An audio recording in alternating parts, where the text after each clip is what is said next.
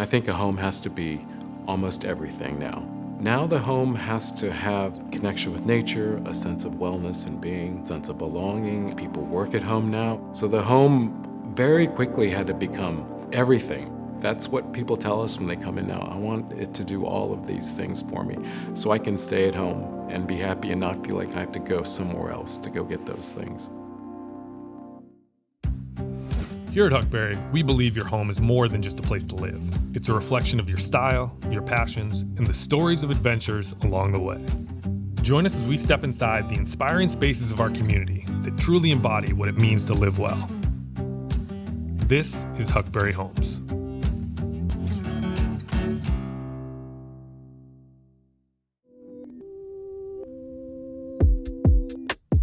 My name is Michael Hsu. I'm an architect and interior designer here in Austin, Texas, and the neighborhood that we are living in is called Clarksville. A lot of architects really invest in their home, but they rarely will build a ground-up house because it just is safer to keep remodeling and adding on and maybe start with something sort of old. To me, it was super exciting. I wanted to think about this, not myself as a client, but in a way like the neighborhood in Austin as a client. Like, what do we do with these 50-foot wide lots to where we can live in the way that we want to now, but really to live in every square inch of a compact city lot, because this is a sustainable sort of lifestyle. Welcome to my home. We're in Clarksville in Austin, Texas. It's symmetrical down the middle, but it's clearly serving two different purposes. The glassy box is the living area, the public space, and this is the sort of bedroom wing, designed to where the front yard becomes like another outdoor living space.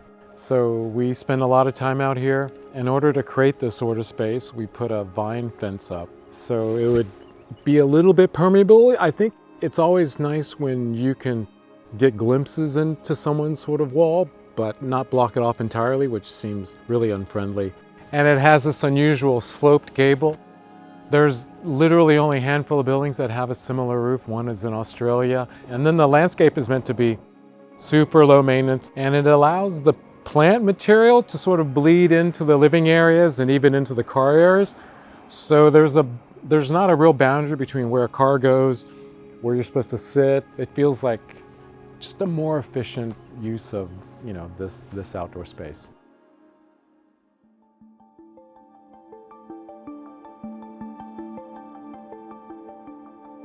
So the house has a symmetrical facade, but each half is trying to communicate something really different. This is about a very open, generous sort of neighborhood facing sort of space. The houses generally in these types of neighborhoods, the insides feel kind of dark, so this was intentionally meant to be very light. This is a brick that was one of the few very special things that traveled a great distance. This is from Denmark, from a factory that's very, very old. And if you could see the backside of the brick, you could see the thumbprints where the workers are still like removing things. So it's really acknowledging these things that are old and handmade and how they're used in maybe a new sort of context. This is she's a painter from LA, and my wife is a art curator and an advisor. So she sees a lot of different pieces, and she's always trying to sort of choose pieces that suit the room. So this was meant to have colors that were different than what is in the space directly. But this main space is really meant to be one thing with no columns, and you're even unsure how it's being held up because this is all glass and it's a glass corner here. So structurally it had some challenges. But what it allowed to do was kind of have a soaring space like this where the glass could go to the actual volume, and allowed us to do, big operable doors. And then opens onto the front courtyard, and you really feel like you're part of the street almost. These were created with us and engineered and fabricated by a local metal shop. They're called Drop House, and it starts addressing all another group of sensory experiences that you don't have when it's closed off. So you hear the wind, you hear people talking, you hear traffic, but the noise isn't sort of debilitating. And part of that is because the mood of this sort of front courtyard sort of balances it out.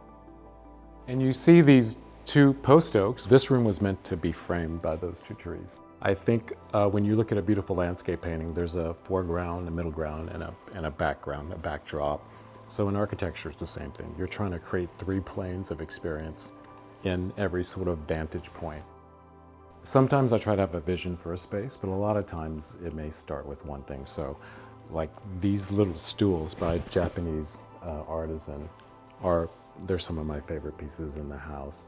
We work every day with interior designers in the office, and we have a lot of furniture made for us as well. That dining room table was made locally by an artisan out of walnut. That's local as well. One carpenter built the entire ceiling. The builder tried to find someone to build this, and it was really difficult to find anyone who commit to it. But there was one shop, and he said, I'll only do it if it's just me.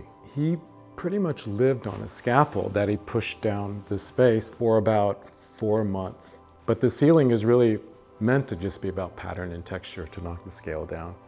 And the wood batting, so it's held off, is meant to reflect sound just to quiet the space down a little bit because we had a hard flooring surface as well. The pattern, the busyness of the ceiling, takes a big expansive space like this and makes it more human scale. And it allows us to do a clean floor and sort of tidy walls. The sort of noise is above you. If this were a clean white ceiling, it would look like a cathedral or something, and it wouldn't have the right sort of, I don't know, mood to it.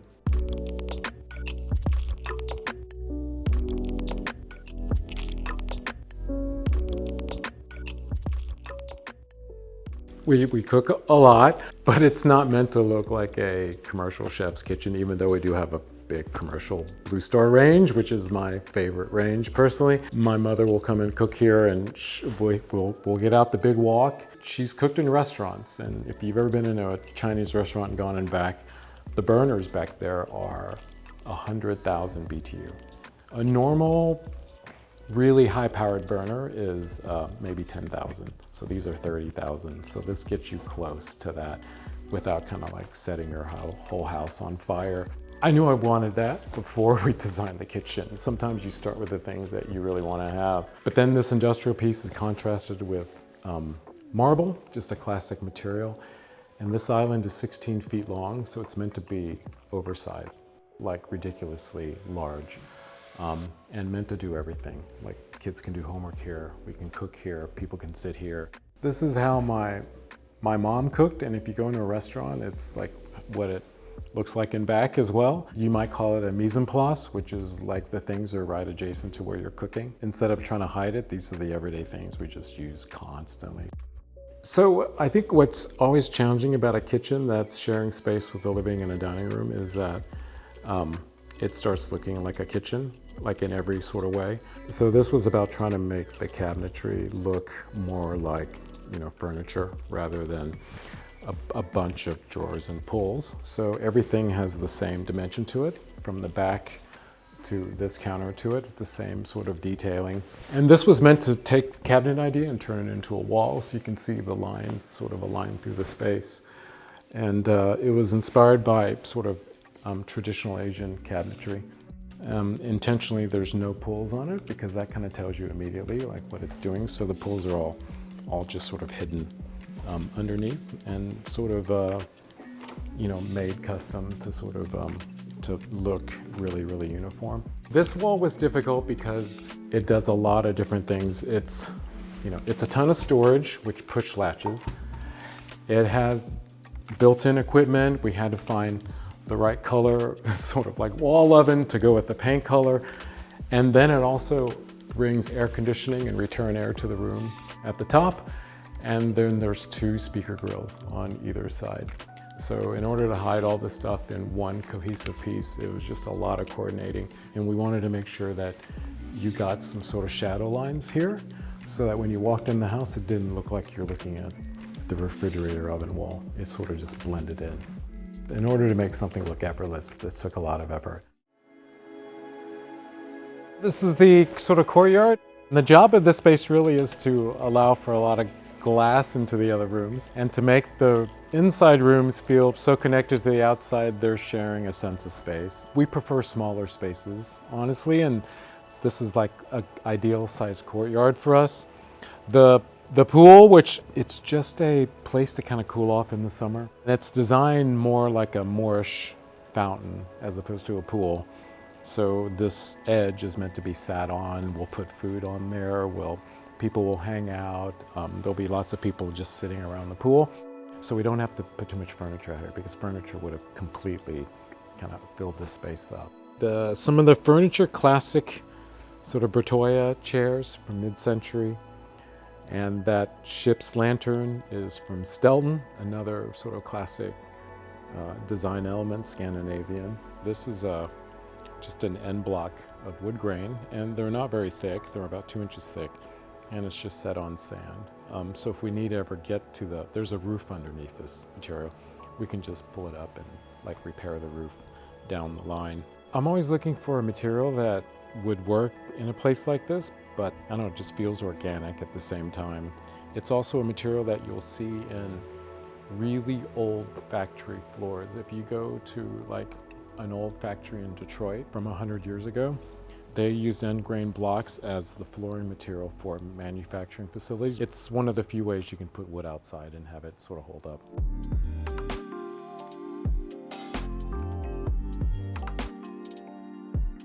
This is key space.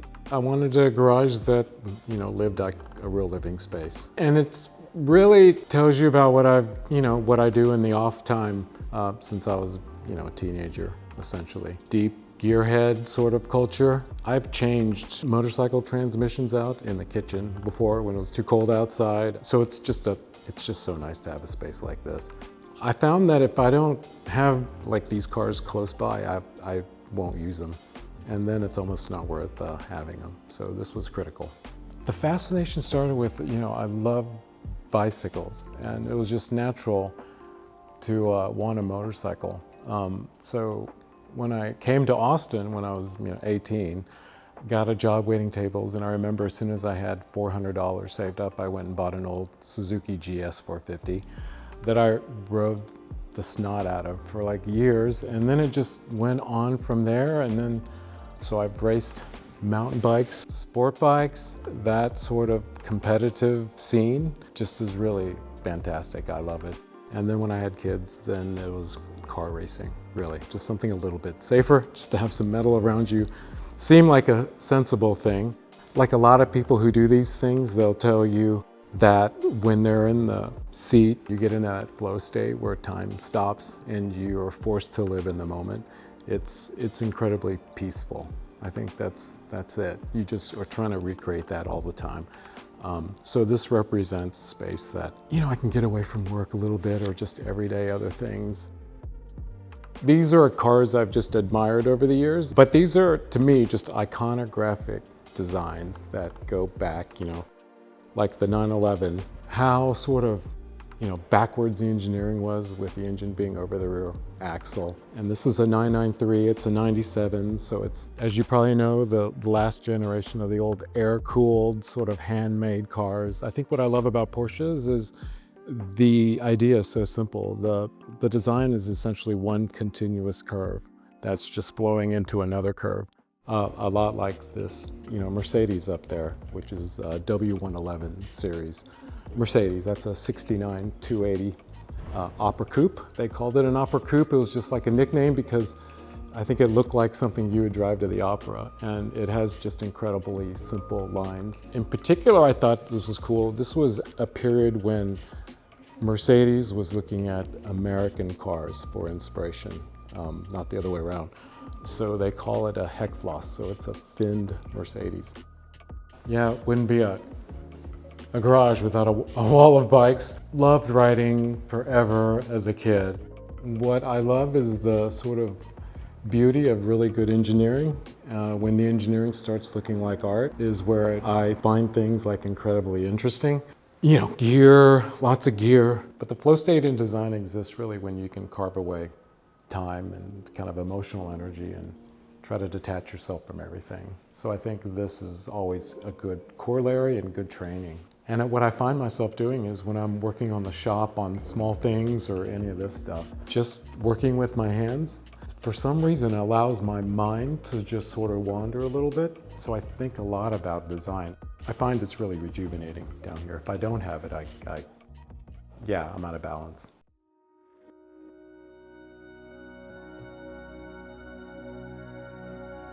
This is the downstairs workshop and sort of den, kind of the downstairs living area, really just a part of the garage. A lot of just small working things, working on projects on the bench. I'll work down here, I'll take Zoom meetings down here. I'll hang out here with friends on occasion. My son will hang out here with friends and do sleepovers, so it's just a nice sort of excess space. A lot of art, like my mother is a painter and did that. A lot of the photography are from friends over the years. And this style of chair, some people called it a safari chair. It was meant to be a lounge chair that you could easily disassemble into the sticks and travel with it. This was probably made in the 50s, maybe even 40s. But the bench, I spend a lot of time here working on little projects, whether it's bicycles, fly reels, or lots of different things. This is a really important space to me, and it's such a luxury to have it. It's not a big room at all. But I think if you have anyone out there listening about man cave advice, is like, spend the time and money on lighting. I think that's the one thing everyone could do better. Light your cars or your workspace the same way you'd light a living space or a restaurant or a theater or something like that. It just improves the experience immensely. What's also interesting in design and architecture is the impact psychological study has had. What is it about neuroaesthetics that activates me? So now it's the job of every house to provide that spectrum. That's why this house, like you see, it's connected to the outdoors, but it also has an incredible sense of privacy.